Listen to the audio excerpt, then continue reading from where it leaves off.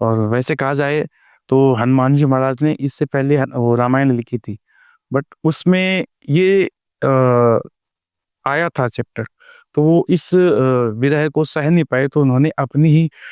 लिखी रामायण को समुद्र में ही डुबो दिया उसमें, क्योंकि नहीं, मैं नहीं सह सकता इसमें ऐसी चीजें।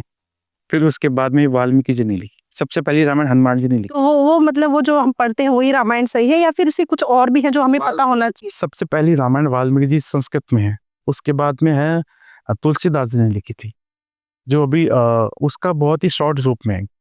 वाल्मीकि जी रामायण बहुत बड़ी है, बहुत भव्य है वो,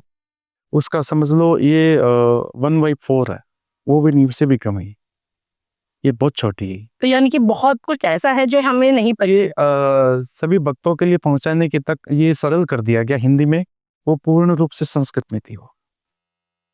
उसमें जैसे कि एक श्लोक मैं आपको सुनाना चाहता हूँ। ऐसा वो ये उस समय की बात है, जैसे हनुमान जी महाराज को एक वो बल का वहाँ दिखाने जा रहे थे, लंका दहन करने जा रहे थे, तब एक आभास करवा रहे थे कि राम की सेना में, प्रभु श्री राम जी की सेना में कोई भी प्रकार की कमी नहीं है, उसमें बल में कोई किसी भी प्रकार से कम नहीं है, एक वानर हूँ और उसमें कोई भी प्रकार से कम नहीं हूँ, किसी भी मेरे सामने से ये 1000 भी रावण आ जाए तो हम नहीं डरेंगे इसी से। इसमें संस्कृत में कहा जाता है,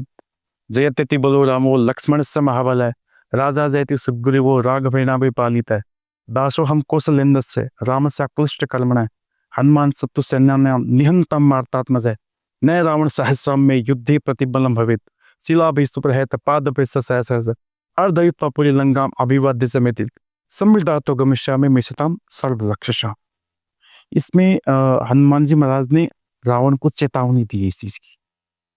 वो राम प्रभु श्री राम जी की सेना को किसी भी प्रकार से हल्के में ना आके उस चीज को।